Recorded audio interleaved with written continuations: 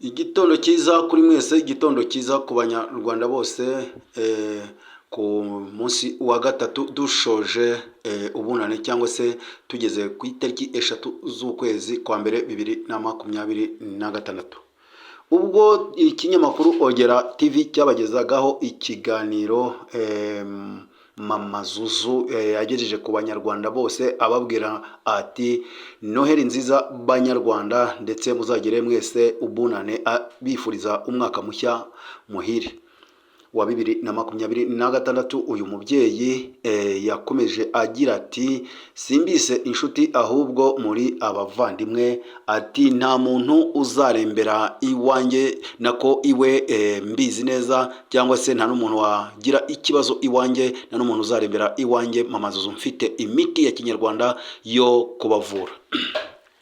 Mama Zuzu yakomeze ashimira inshuti ze ndetse n'imiryango, ubwo Mama Zuzu yamanukaga cyangwa se ajya mu Gatandara apepera abanyakigali bose, ati umwaka mushya muhire, ntabwo ndi buwurire mu mujyi wa Kigali, ati ndawurira mu Gatandara.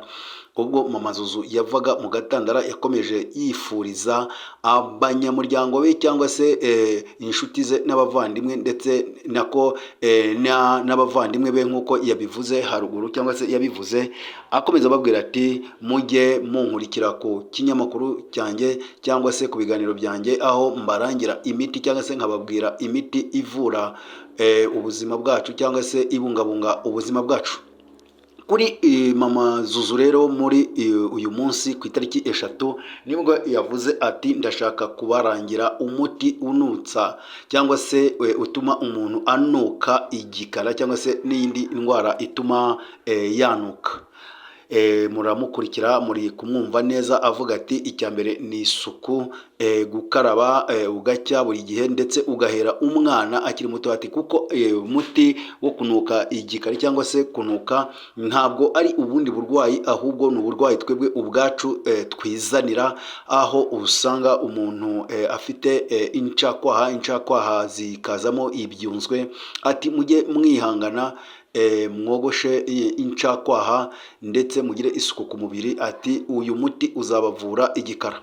Mama Zuzu uvuza cyangwa se uvura indwara zitandukanye, ariko akazivuza imiti ya kinyarwanda. Ndumva neza n'uwo ari umuti wa kinyarwanda kandi ubereye buri umwe. Ni umuti ushobora gukoresha, umuti utatuma ujya gutanga amafaranga menshi. Injerekani hano mu mujyi wa Kigali ahantu hahenze ni inote y'100. Ati gufata amazi ugakaraba, ugafata uburoso ukiborosa, wamara kwiborosa ndetse ukisiga n'amavuta meza ahumura yabugenewe. Ati bityo ya ndwara y'igikara cyangwa se yo kunuka igikara, ati ihita igenda burundu. Mama Zuzu ni umubyeyi ubereye u Rwanda, ubereye abandi babyeyi, kuko kuba igihugu cyacu kiba gikeneye ababyeyi nk'abariya cyangwa se abamama nk'abariya bagaragara bagira abanyarwanda inama, nibo igihugu cyacu gishaka. Ubundi igihugu cyacu gikeneye abantu bagira bagenzi babo inama ku cyabagirira akamaro cyangwa se ku cyabateza imbere. Niba Mama Zuzu ashobora kukurangira umuti uvura igikara, akawukubwira ku kinyamakuru cye cyangwa se akabikubwira kuri channel ye ku mbuga nkoranyambaga, akakubwira ati umuti uzakuvura igikara nuko uzakoresha ibi n'ibi, ubwo abandi baganga bashobora kukubwira bati urabanza umpe icyo bita umufuragiro mu kinyarwanda, ubwo nta mafaranga ya mbere kugira ngo umuti ukore. Mama Zuzu we nta mafaranga akubaza, ahubwo arakubwira ati genda ubikore gutya cyangwa se ubigenze gutya. Ubwo ikinyamakuru rero Ogera TV cyegeraga Mama Zuzu cyamubajije byinshi, impamvu imiti ayitanga ku kinyamakuru cye bakajya kwisurumira inyungu ayikura he. Avuga yuko iyo ujya gutera uburezi urabwibanza. Ati imiti imwe mbarangira ni imiti ngenda mbarangira ku buryo nabo bayikorera, atari ku buryo hari indwara ikomeye ntashobora kuvuga ku binyamakuru Ogera TV. Bashobora kuza bakansanga iwanjye iyo ndwara nkayibavura, ati kuko ngewe mvura indwara nyinshi zitandukanye kandi za kinyarwanda zivurwa n'imiti ya kinyarwanda. Ati ibi ngibi rero biba bimeze nk'uko ari nko kwamamaza mbabwira imiti yoroheje bakwivura, cyangwa se umunyarwanda wese ushobora kumubwira ko agomba kuvurwa n'amazi, kandi amazi ari amafaranga makeya ku njerekani. Ati hari aho injerekani igura mu mujyi wa Kigali amafaranga 50, hari naho igura 100. Ati iyo ihenze cyane nk'uko twivuze haruguru ni inote y'100. Ati kuko mu mujyi wa Kigali ntabwo twari twageraho twagura injerekani amafaranga 200, kereka hari ibindi bibazo byabayeho. Ati hakaba no mu nce z'inkengero z'umujyi wa Kigali zivoma amazi ku note ku giceri cy'10 cyangwa se ku buntu. Ati uwo nguwo umuti uramworohera. Ati uyu muti nanze uwo ni Mama Zuzu ubwo yari ari kumwe n'ikinyamakuru Ogera TV cyabazaga byinshi kuri iyi miti Mama Zuzu akunze gutanga, kuko Mama Zuzu agaragara henshi cyane ari gutanga imiti atatse amafaranga, cyangwa se atavuze ngo mukanda akanyenyeri nk'uko benshi babivuga. Bigaragara yuko Mama Zuzu ibyo avuga biri clear cyangwa se biri official. aba avuga ati umuti uyu n'uyu ukora ibi n'ibi. Cyane cyane rero Mama Zuzu aba bashishikariza kugira isuku ku mubiri. Ati kunuka igikara cyangwa se ukazana icyuya kinuka biterwa akenshi no kuba utakarabye, cyangwa se waba wanakarabye ugasanga ufite incakwaha. Ubwo ni bimwe mu byo yabashije kugaragaza. Ati ugasanga ufite umusatsi mwinshi cyane utagirira isuku. Ati ariko iyo ufashe isabune zino zihumura ugakaraba umubiri wose, wamara gukaraba ukisiga ndetse n'amavuta ahumura, ati incakwaha wazogoshe ahantu hose witunganyije, ati urwo ruhu runutswa n'icyunzwe. Ati ibyo byose bigenda muti wamerezayo. Urumva neza ko Mama Zuzu umuti yatanze mu banyarwanda ari umuti woroheje buri wese yabasha kwigurira, cyangwa se yabasha kuba yabona akivura igikara cyangwa se icyunzwe kinuka. Mama Zuzu ubwo yari ari kumwe n'ikinyamakuru Ogera TV cyamubajije byinshi ku banyarwanda, avuga ko Mama Zuzu avuga ko akunda abanyarwanda. Ati abanyarwanda ni igihugu cyacu tuzi aho cyavuye n'aho kigeze. Ati ubwo rero umunyarwanda wese ati aho kwigisha umwana kurya ifi, ati ahubwo wamwigisha kuyiroba. Uyu mugani yawuciyeho twari tumubajije ko atanga umuti atishyuje cyangwa se atatse umufuragiro nk'uko abantu ba kera babigenzaga. Atubwira yuko niba urangiye umuti w'indwara imwe, iya kabiri wenda ashobora kuza akubaza iya kabiri niba wayimuvura. Ati icyo gihe niho ugomba kumwishyura. Ati kandi nabwo utamuciye ibya mirenge wenda by'umufurigiro baho, koko iyo utanze umuti nta mufuragiro bavuga yuko uwo muntu adashobora gukira neza cyangwa se atanakira. Ati ariko twebwe iyo dushaka kwamamaza ibikorwa byacu tubanza kuvurira abantu ubuntu, ari nabwo tubishyira ku ma televiziyo ndetse no ku binyamakuru nk'uko mwantumiye ku kinyamakuru Ogera TV.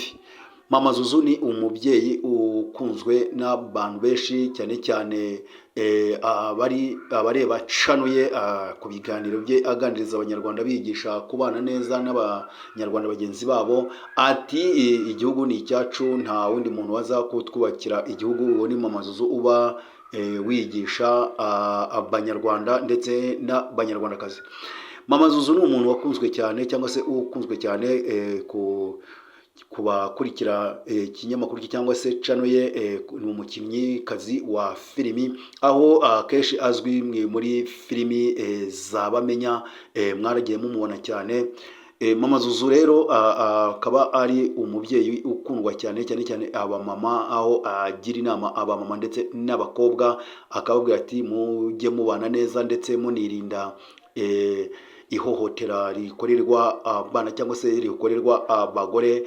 Anabwira abagore kubana neza n'abagabo babo, bakirinda amakimbirane mu miryango ndetse no mu ngo zabo. Ati bityo urugo rwanyu ruzazamuka ari nta wundi uruzamura. Ati kuko nta wundi muntu ushobora guturuka hanze ngo abe yabazamurira urugo. Ati usibye mwembi uko muri babiri mwarushinze.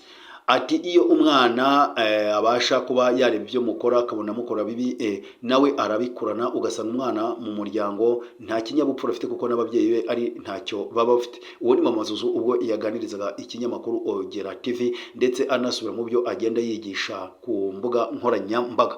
Ku mbuga nkoranyambaga uyu mubyeyi ni umuntu wagaragaye cyane mu bandi babyeyi cyangwa se bagaragara ku mbuga nkoranyambaga, abwira abanyarwanda bose ati Noheli nziza abanyarwanda, ati mwese muzagire umwaka mushya wa 2026 uzababereye uwo umugisha.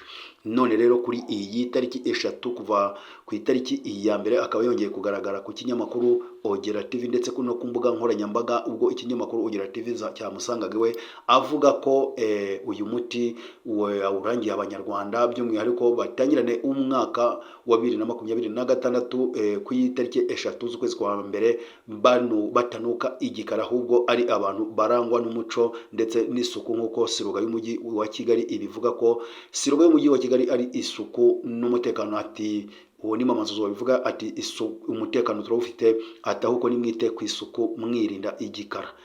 Atari naho ubona umuntu nyine ajya mu modoka, yagera mu modoka akabona abantu bafashe ku mazuru kandi koko yakarabye, yikwije, yisize amavuta, ariko ntiyibuke kuba yakogosha incakwaha. Nyamara incakwaha zamaze kumubikira icyunzwe. Icyo cyunzwe nicyo kiri gutanga agahuyu cyangwa se umwuka mubi. Umwuka mubi, agahuyu bakavugaga kera kuko ni ikintu kizaniye umwuka mubi. Ubwo rero Mama Zuzu niho yahereye avuga ati ni mukarabe, ni mumara gukaraba mwiyokoshe incakwaha ndetse umusatsi mugirire isuku ndetse n'ahandi hose hatuma umubiri wawe ugira ingaruka yo kunuka. Ati nimumara koga neza mukeye, dore ko amazi agura makeya, mukaraba isabune ziriya zihumura, nimurangiza mwisiga amavuta yabugenewe. Ikinyamakuru Ogera TV rero ubwo cyakubukaga aho Mama Zuzu yari tumuganiriza, yifurije ikinyamakuru Ogera TV umwaka mushya wa 2026. N'ikinyamakuru Ogera TV kimwifuriza kugubwa neza ndetse n'umutima wo kurangira abanyarwanda imiti itandukanye yabagirira akamaro. Tugeze ku itariki 3 z'ukwezi kwa mbere 2026 ubwo ikinyamakuru Ogera